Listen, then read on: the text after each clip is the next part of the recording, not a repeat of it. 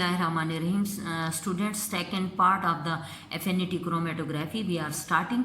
That is the third step, coupling of the ligands to water insoluble supporting media. So first we choose the water insoluble support media, then we choose the proper ligand, and then how this ligand is coupled to the water insoluble supporting media. So usually the method which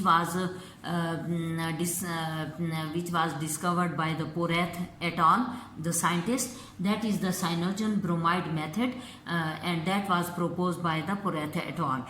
In the cyanogen bromide method, the water insoluble supporting media ligands are covalently coupled to the water insoluble supporting media via cyanogen bromide method. So in the coupling method or cyanogen bromide method, two steps are involved. First is the activation of the functional groups on the gel, and second is the coupling of the activated functional groups to the specific ligand. So in this case, the gel, which is the Saffrose 4B, that having the different functional groups, in the presence of an alkaline medium, it show the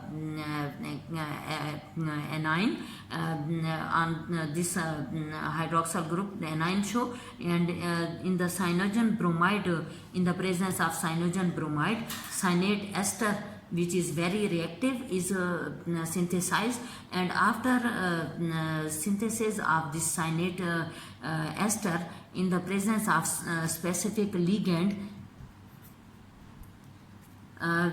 this ligand is attached to this gel functional group of the Saffrose 4B via isourea derivative, make the via isourea derivative. So second process is that similarly this reactive gel is also in the presence of certain ligand are attached to this the functional group of the gel and make the gel reactive, substituted imido carbonate method. So the cyclic imido carbonate is slightly reactive, so we usually we synthesize such type of this reaction is so much suitable as compared to this one.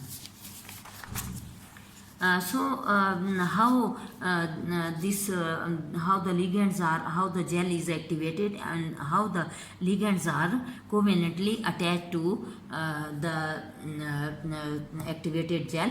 This is the gel cyanogen bromide at pH 5 activation method, and they make the imido carbonate activated gel, and then the at alkaline pH in the presence of pH 10, the ligands are added to the activated gel, and it will make the ligands are attached to the activated gel via isourea linkage.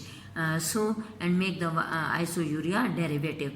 So if ligands are directly coupled to water insoluble support, then incoming macromolecules or protein which will face the steric hindrance. In order to minimize this steric hindrance between the ligands and the macromolecule, the long hydrocarbon chain or the spacer arm should be inserted between the ligand and the protein macromolecule. So this is the water insoluble supporting media.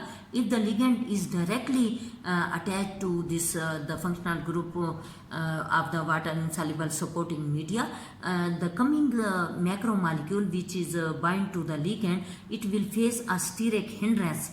So in order to minimize this steric hindrance, we insert a long hydrocarbon chain or the spacer arm in between the ligand, water insoluble support, and the ligand, in order that the coming macromolecule we minimize the steric hindrance between the water insoluble supporting media and the coming molecule. So the long hydrocarbon chain in this way steric hindrance between the water insoluble supporting media and the coming macro molecules which is bind to the ligand is minimized in this way. Now the question arises how this long hydrocarbon chain will be inserted between the ligand and the water insoluble supporting media. So we have different methods for that.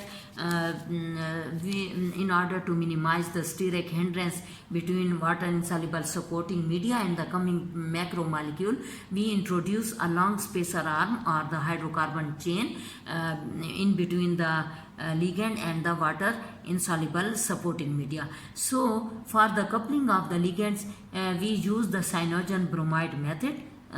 Ligand is substituted to the nitrogen of the amino group. A number of amines can be used for this purpose.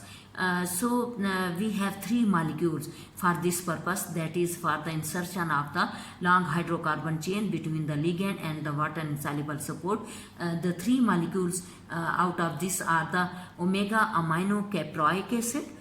We can write omega amino caproic acid like this as well as like this.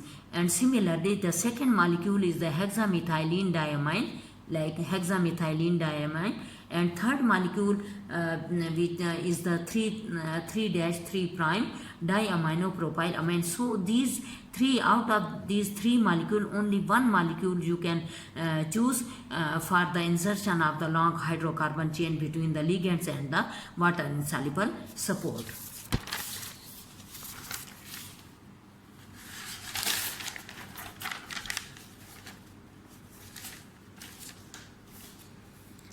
Part third,